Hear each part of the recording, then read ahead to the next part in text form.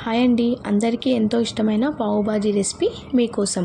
కావలసిన పదార్థాలు: 1 cup onion, 1 cup tomato, 1 cup capsicum, 1/2 cup పచ్చి బఠానీలు, ఉడికించిన బంగాళదుంప, కొత్తిమీర పుదీనా పేస్ట్, అల్లం వెల్లుల్లి paste 1 spoon, 1 spoon Kashmir red chilli powder, pav bhaji masala 2 spoons, 1/2 spoon kasuri methi.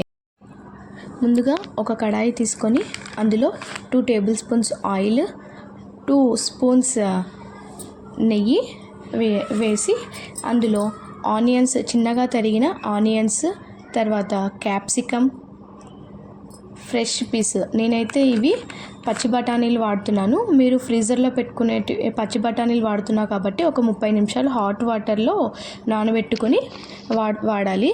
లేదు మీరు నార్మల్ బఠానీలు వాడితే, మామూలుగా బఠానీలు వాడితే ఉడికించుకొని తీసుకోండి.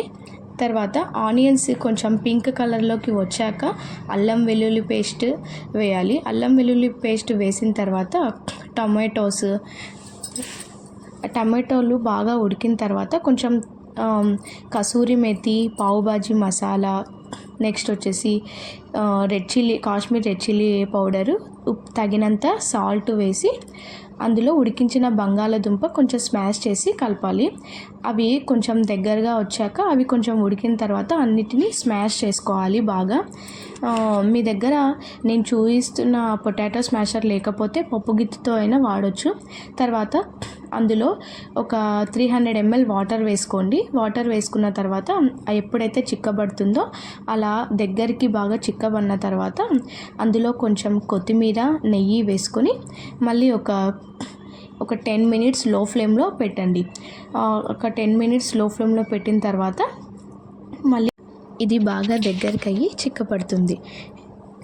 నెక్స్ట్ వచ్చేసి ఒక ప్యాన్ తీసుకొని అందులో పావుని టోస్ట్ చేసుకోవాలి.